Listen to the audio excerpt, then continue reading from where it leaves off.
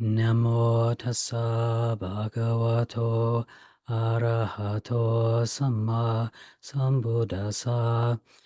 Namo tassa bhagavato arahato samma sambuddhassa. Namo tassa bhagavato arahato samma sambuddhassa. Buddhang Dhammang Sanghang Namasami. So I'd like to welcome everyone this evening. And thank you all for coming.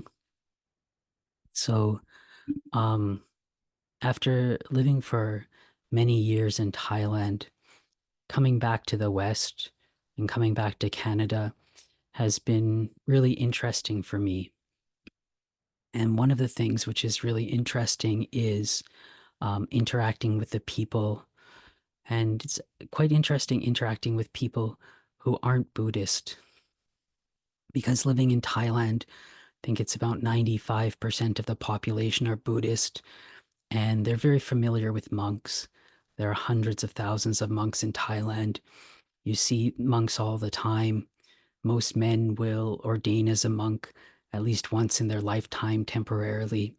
So it's something which is very familiar there. But when you come to the West, to Canada, and particularly to somewhere like Winnipeg, um, being a Buddhist monk is quite strange. It's quite foreign. It's something most people aren't really familiar with. So you get a quite a variety of um, reactions from people, but generally they're all pretty good reactions, and most people just treat you completely normally, as if you weren't a monk. And one of the things which is really interesting is when people, start asking questions. Again, particularly the non-Buddhist ones. Most of the questions are, what it's like being a Buddhist monk. Why did you ordain? What is the monk life like? What's it like in Thailand? But sometimes you get a lot of questions about asking for advice. So even though they're not Buddhist, they have this perception that the teachings of the Buddha, the Dhamma, can really help them in their daily lives, which is true. And and uh, um, and so you get questions about this. Some just asking for general advice to help them in life. Some asking for specific advice for specific problems they're having.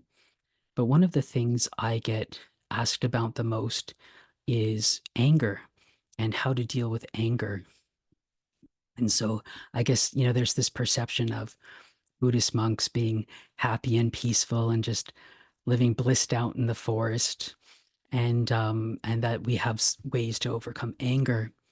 But one of the misconceptions I think a lot of people have about it is they believe that there's some kind of quick shortcut. It's a very easy, quick teaching that will help them overcome their anger. Maybe some magic mantra like serenity now, and they just, repeat this and they won't have anger anymore. And unfortunately, it's not like that. It's a much more involved process, and it takes effort, and it takes us putting in effort over time to overcome our anger. But it's completely possible. The Buddha did teach us how to overcome our anger. He taught us how to reduce our anger, and he taught us how to completely remove it. But all of us are different. So it's going to be a different process for all of us, very similar, but we all have different personalities. We have different characters. We have different character types. So we're all going to be coming into this with um, different amounts of anger. So we all have greed, anger, delusion in us, but in different proportions. Some have more of one, some have more of others, some seem to have more of all of it. And so we all have come in with our different circumstances. And the Buddha talked about this. He was saying when he was talking about anger, he was saying there's three different types of people with it. He made the comparison to making inscriptions. And so he said the first type of person is someone who gets angry very easily and stays angry for a very long amount of time. And he compared this to making an inscription or carving in stone. So, once it's made there, it's there for a very long time. Eventually, it will go away. Eventually, erosion, wind, water will wear it away, but it takes a very long time.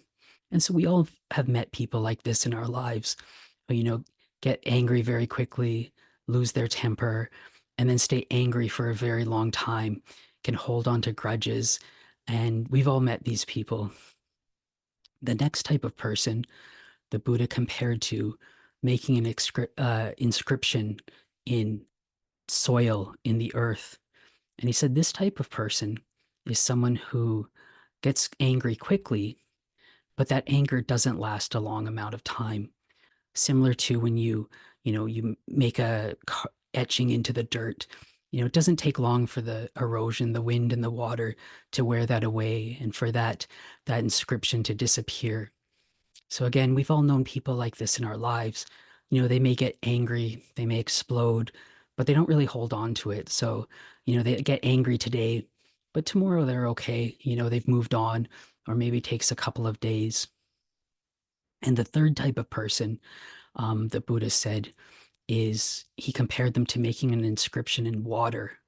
So he said, this type of person, um, it's very difficult for them to get angry. People can say awful things to them.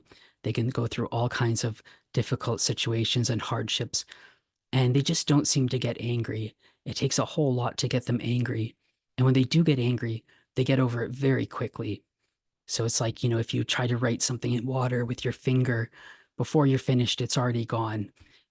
And so we've all met these types of people in our lives. They seem very relaxed, laid back, nothing seems to shake them up, usually a big smile on their face. So everyone's different. And it doesn't mean if you're on the end of the scale where it's much more anger and holding on to anger that you can't progress. We can all develop and all of us can practice and improve ourselves.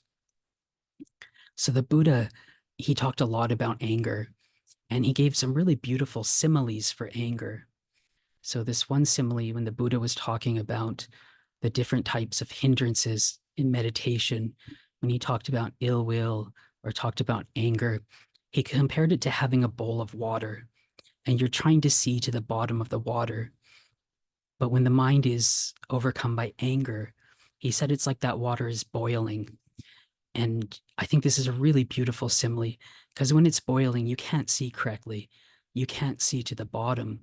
So it's like this when we're angry and our mind is overcome by anger, we don't see things clearly. We don't think clearly. So when we get angry at someone, all we can think of is he's like this, he's like that. Nothing he says or does is going to be right. And nothing he's ever said or ever done is going to have been right. All we can think of is all the negative aspects of this person.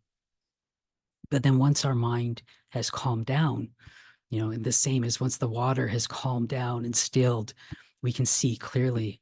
So, you may be really angry at someone and thinking about how awful he was and he's just this terrible person. And then you calm down and you're like, oh, well, actually, he's not that bad, eh? He's got some pretty good qualities. And so it does obstruct the way we see. We don't see clearly. And I remember once reading a quote by Thich Nhat Hanh, and he said something like, when you're angry, don't do or say anything because it's going to be wrong. um, and one of the other things I really love about this simile of the boiling water is it really captures some of the feeling of when you're angry. Like boiling hot water, anger is hot. It feels this, there's this heat to it and there's this energy to it, like the boiling water. You can feel it in your body, your heart's racing, sometimes you're shaking and you're thinking and it's just racing and you're thinking it over and over again and just proliferating on whatever happened. So I think to me that's a really beautiful simile for it.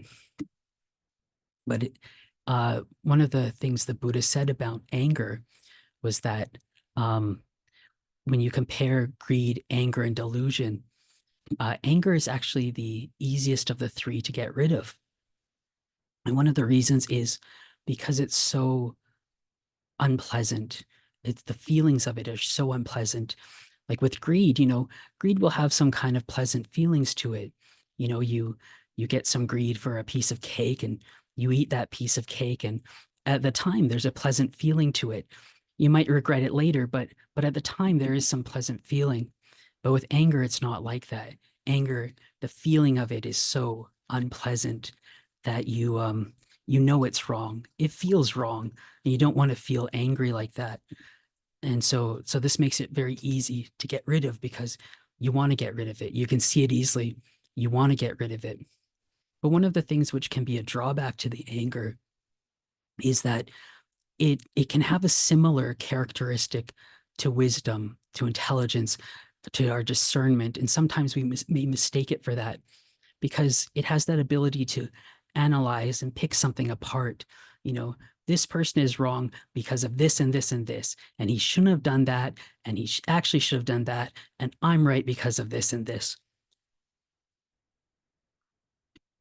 So we can mistake it for intelligence or and wisdom, or we can feel justified in what we're angry at. We can feel like, okay, it's okay for me to be angry at this person, or it's okay to be angry at this situation.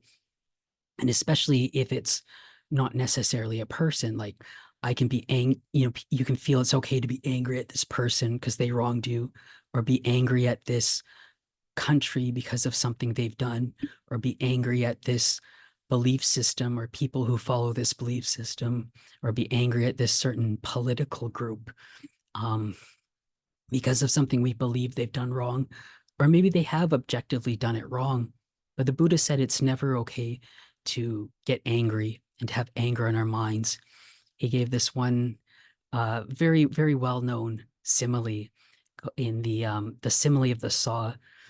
So he was saying, even if two strong men grabbed you and they were cutting you apart limb from limb with a two-handled saw, which I guess nowadays that would be more like a chainsaw.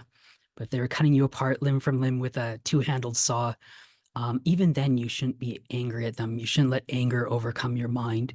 You should have a mind of loving kindness to them, which, at first sounds almost counterintuitive. You're like, well, if they're cutting me apart, why should I have loving kindness to them? But a lot of this is about ourselves and our mind and not letting it affect our mind. So when anger arises in our mind, it's painful. It creates a lot of suffering. It feels unpleasant. We do and say things that we're going to regret, that aren't how we always feel. And it's going to be a hindrance to our meditation, to our practice, to seeing things clearly. And the other thing is anger. Um, this is what we call a sankhara.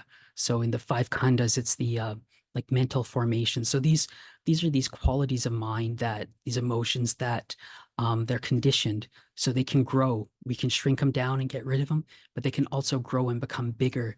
So the more we get angry, even if we feel it's at something justifiable, the more our mind is tending towards anger, the easier it will be for us to get angry, and the more this just kind of takes over our mind. And you can see it, when you start getting angry at someone and it's turned into kind of a bit of a grudge. And the more times you get angry at them, the easier it is to get angry. And then, by the end, you just hear their name and you just, you just get angry. You just can't even stand to hear their name. And so this is what can happen if we allow ourselves to give into anger. So the Buddha gave this really kind of really fun little teaching about anger. He said that there's these 7 things that come to one who gets angry, which makes their enemies happy. And so it's kind of a little fun teaching. And the first one he said is, when we get angry, it makes us ugly. And so it's not that he's trying to like play on our vanity here. You might be thinking, well, I didn't come to practice Buddhism to become pretty. I'm not interested in that, or I'm getting up there in age. I'm not worried about that anymore. But maybe for some people it is for the vanity. But I think it's more what he's getting at here is you just think of when you see someone who's really angry and you can see in their face, they've got that real hate face on. And how does that feel when you see someone like that? You know, right away you see that and you're like, oh wow, I want to stay away from this guy. Or when you are around them, you're walking on eggshells. And so, it's the same when we're angry. Other people will feel that same way. So when we get angry, it makes us ugly, and our enemies are happy about that. The next one is we sleep badly. And we've all seen this before, again, coming back to that energy that comes with anger. And you see when someone gets really worked up, gets really angry, they'll just be thinking and proliferating about what happened, and they won't be able to get to sleep. They'll be up all night just ruminating on this, going over it again and again. Or if they do sleep, sometimes they're tossing and turning and having bad dreams about whatever happened. So when we don't sleep well because of our anger, our enemies are happy. And the third one is we don't profit. So there's nothing beneficial. We don't gain anything from getting angry. There's no gain to it. And sometimes when we do something and we think we're gaining from it, usually it's actually something which is to our detriment, is making us lose out. And the fourth one is we lose our wealth. So one of the things which can happen when we get angry and we act on that anger, we say or do something wrong, there can be a lot of financial repercussions to this. So, for example, if you're at work and you get angry at your boss and you really tell them off, you could get fired. You lose your job, you lose your income. Or to a more extreme case, if you get really angry and you hit someone, you might have to go through a whole legal case. There might be fines based on it. You can pay a fortune in lawyer fees and legal fees. And then the results of what happened can affect you long term for the rest of your life. Even trying to travel, having a criminal record can affect that. And just, there's so many people in prison because they got angry, lost their temper, and did something that um, they can't just take back, that ends up becoming a legal battle. So when we become angry, we can lose wealth, and that makes our enemies happy. The fifth one, sorry, is we can lose our reputation. And I think this one is almost more relevant now than it was when the Buddha gave it 2,600 years ago, because we're now in the age of the internet and social media.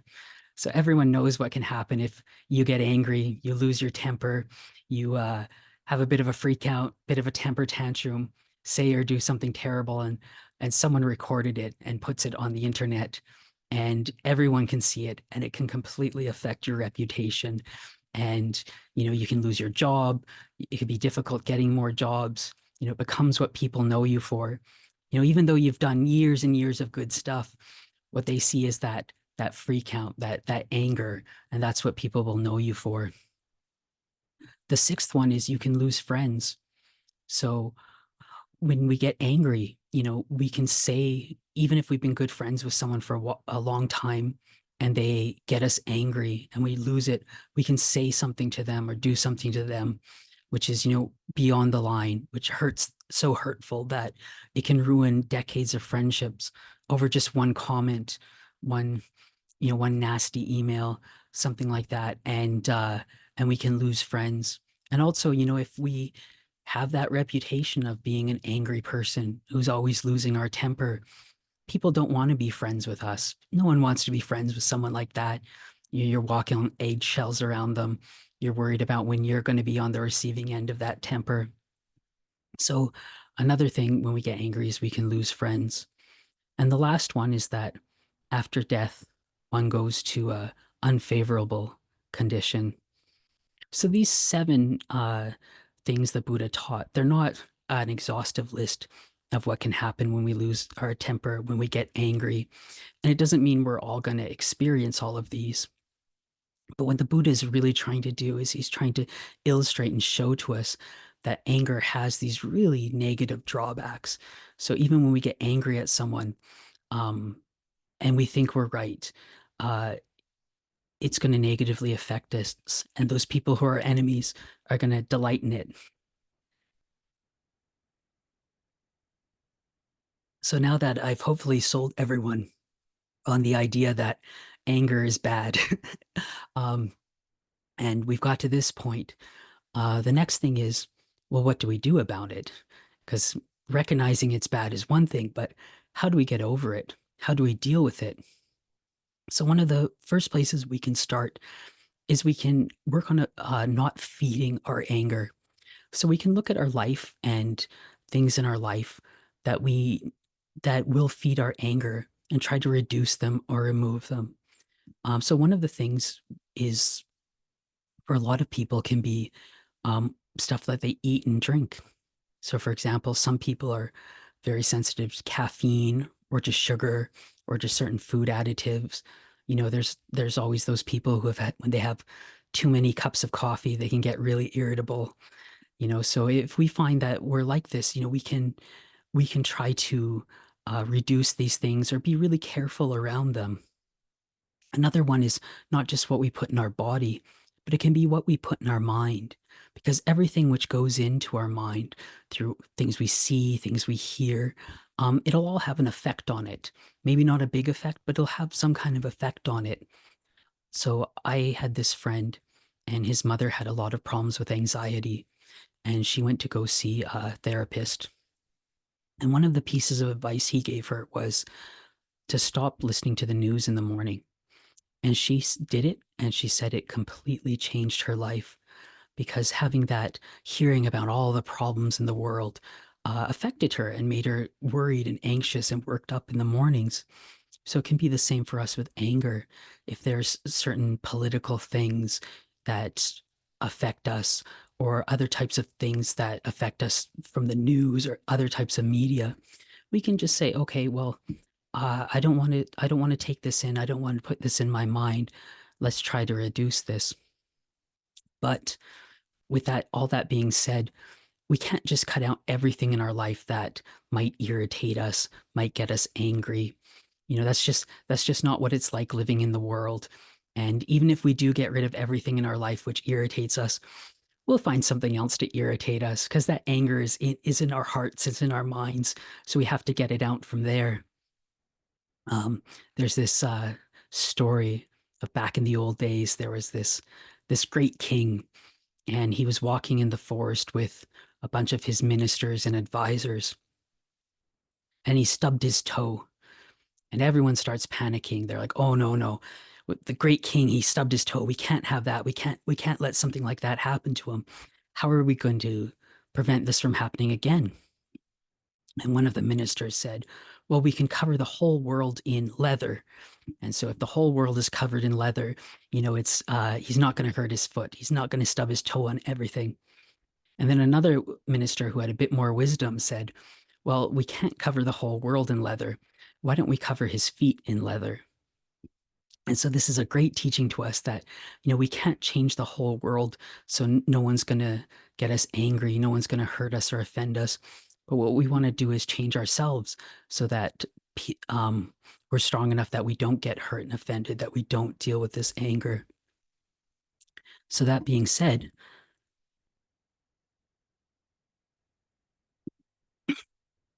the next thing we can do is we can really work on developing our mindfulness. So when we have this mindfulness going, we try to bring it up, we try to keep it going throughout our days.